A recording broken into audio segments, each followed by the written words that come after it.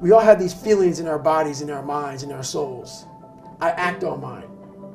A lot of us who are afraid of something, we allow our minds to choose the path of least resistance, so we go a different route. When I'm afraid of something, it's telling me you must conquer do this that. thing. You must do that. Yeah. You have to go that way. And most of us don't understand that mentality. We go left and we wonder why we haven't fulfilled something in our lives. It's because we continue to take the journey that is mapped out. I now know that there is no cap on the human mind. There's no cap. We cap it ourselves. Where I got my work ethic from was the hours I had to spend learning this. And you realize through hard work,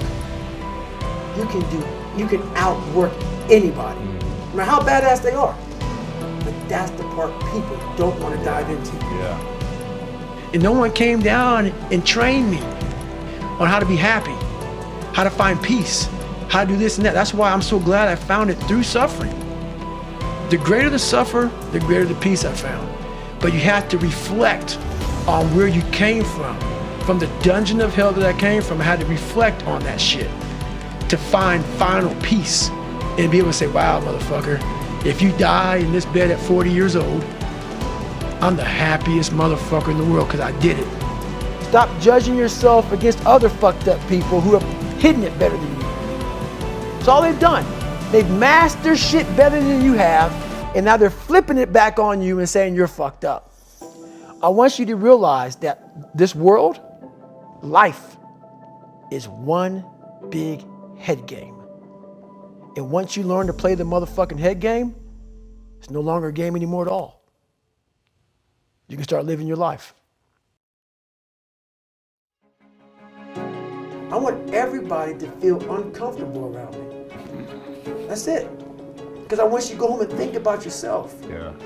Think about yourself, man, because you're leaving so much on the table for the possibilities of what you can be. Not wanting to be just, uncomfortable, I put myself in the dungeon every day off jump. Out of bed, it starts. Shoes on. Out of bed. While most people lose the battle in the morning, like once you leave your beautiful house, the war starts. Nowadays, it starts before you leave home. The phone rings, social media's up, the world's attacking you. If you don't control what you can to build that armor, so in the morning time, what I'm doing is I'm building my armor. So it's that quiet place. It's that place by yourself. It's those hours and years and decades by yourself in the grip of life. When life has you by the throat and choking you out, and you're sitting there calm because you're trying to figure it out. You're not panicking. You're not quitting. You're not throwing in the towel. You're saying there's a way around this. And when you figure it out, when life has you gripped in a vice, and you can figure that out, that's when you overcome. That's when you overcome. I never want to forget the dungeon of where I come from. Even though it's real spooky and it's scary and there's no lights on in there and there's cobwebs and some creepy motherfuckers in there, some demons, all those motherfuckers in there made me Goggins, made me who I am today. That's where the strength came from. You got to go back to the beginning, to the fundamentals of life, to the very fundamentals of where it all, like playing basketball. You got to go back to the fundamentals. You can't always just stay up here. You got to go back to scratch. The only way to keep from getting rusty is to constantly oil that motherfucking machine. The machine is this. You got to keep challenging it every day. So before I went to Buds and I was losing all this fucking weight and shit, I saw myself walking across the fucking stage at 191 fucking pounds. That's what I had to get to get into the door. I saw myself 6 months, a year later, whatever's gonna take me to do it. I saw myself walking across that stage, getting that fucking certificate of graduation from Buds. And I was able to be there at 300 fucking pounds.